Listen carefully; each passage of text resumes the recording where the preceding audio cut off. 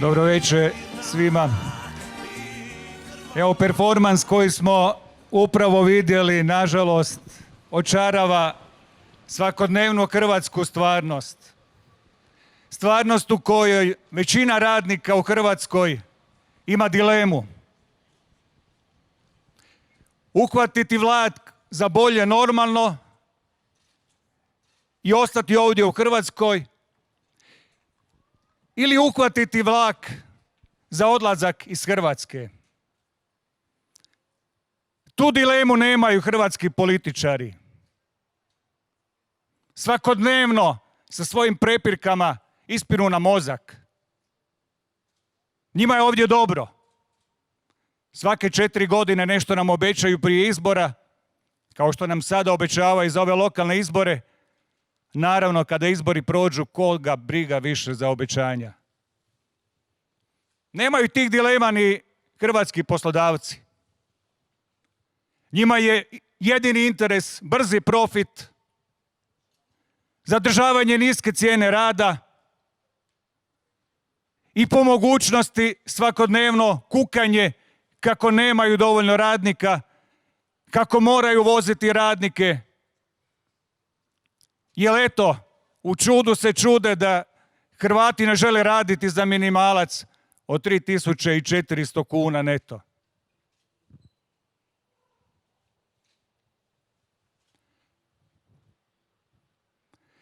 Mi sindikati tih dilema isto tako ne možemo i ne smijemo imati. A ne smijemo zato što je naša misija, naš cilj borba za kvalitetna radna mjesta. Rad po mjeri čovjeka, u kojoj će radnik imati dobru plaću, sigurnost na radnom mjestu, dakle ne ugovor na određeno, nego ugovor na neodređeno vrijeme, u kojem će imati zdravo radno mjesto, da ne pogiba na svom radnom mjestu, da se ne razboljeva, u kojem će imati radno vrijeme, da osim boravka na poslu ima nešto i od svog privatnog života. Za tu misiju i za taj cilj siguran sam da ćemo se izboriti. Danas ovdje zahtijevamo od hrvatske vlade, evo dolazi vlak koji vjerojatno će odvesti još stotine Hrvata iz Hrvatske. Zahtijevamo od Vlade Republike Hrvatske da makne iluziju da će sa takozvanim modernim zakonom o radu podići konkurentnost hrvatskog gospodarstva i da će stvoriti kvalitetna radna mjesta. Samo da ovi Hrvati odu, sekundu, molim vas.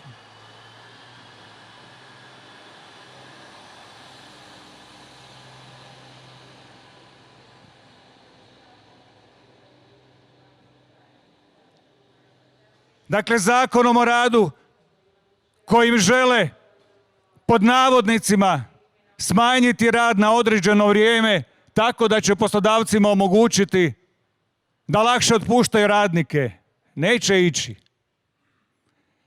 Isto tako, neki dan ministar Aladrović kaže kako će eto rad od kuće koji moraju zakonski bolje urediti, riješiti problem demografske obnove u Hrvatskoj. Genijalna ideja.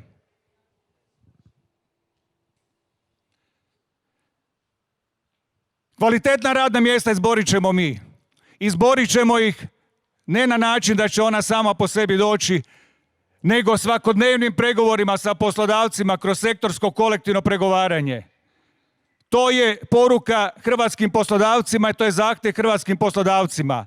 Prestanite sprečavati radnicima da se sindikalno organiziraju. Prihvatite činjenicu da tamo gdje odlaze naši radnici je 90% odnos među radnika i poslodavaca regulirano kolektivnim ugovorima. Središnjicu koju ovdje zastupam i sindikati u njoj krenut će tim putem uz postojećeg sektorske kolektivne ugovore u narednom razdoblju. Cilj nam je pokriti sektorskim kolektivnim ugovorima sve radnike u Hrvatskoj. I ovdje mogu sada najaviti da idući tjedan ćemo potpisati sa Hrvatskom udrugom poslodavaca sporazum o početku pregovora za kolektivno pregovaranje za javno linijski cestovni prijevoz. I na kraju, siguran sam i vjerujem u to da zajedno sa radnicima uhvatit ćemo mi taj vlak za bolju Hrvatsku. Za bolju Hrvatsku u kojoj će biti više socijalne pravednosti, u kojoj ćemo zaokrenuti smjer sa usluga prema proizvodnji i u kojem će sigurno biti ugodno živjeti i raditi. I kako smo ušli u 1. maj, sretan 1. maj, svima međunarodni praznik rada. Sretno ljudi, budite zdravi.